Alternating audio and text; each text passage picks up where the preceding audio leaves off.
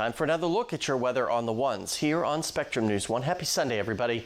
I'm meteorologist Robert Suhr with another look of your forecast, and it's a wet forecast today as we are looking at widespread rainfall, kind of coming and going, especially this morning.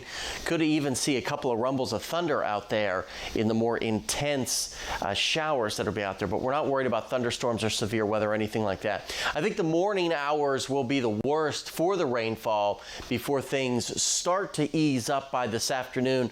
We go from that steady widespread rain to more showery activity and then leftover scattered showers and sprinkles by the time we get to this evening, especially the further west you go. But when all is said and done, we're looking at easily here ½ inch to maybe an inch of rainfall in that Owensboro to Paducah corridor. With slightly lower amounts, you get a little bit closer toward the Bowling Green area. But regardless, everybody will see showers of varying intensity and varying coverage today.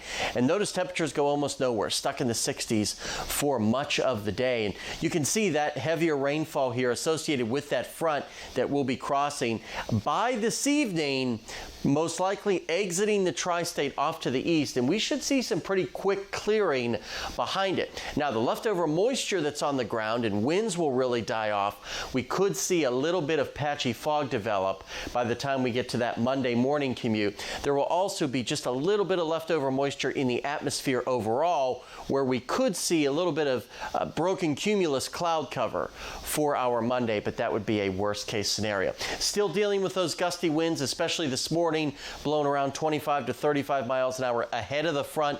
Once that front crosses, those winds will very, very quickly ease off the gas pedal to become more light and variable than anything else by tomorrow morning. So watch for that wind and rain for a good part of today. Upper 60s is about all we'll manage. Could be a couple of lower 70s the further west you go, but overall a very wet, raw, typical November day. Only thing we're missing is highs in the 40s as opposed to the 60s and lower 70s. Right around 50 tonight, that's about 10 degrees above average. The good news is we're getting the rain out of the way today. So Veterans Day is going to be nearly perfect. A cooler day on Tuesday, upper 50s, before our next chance for rain will get in here late Wednesday and into early Thursday.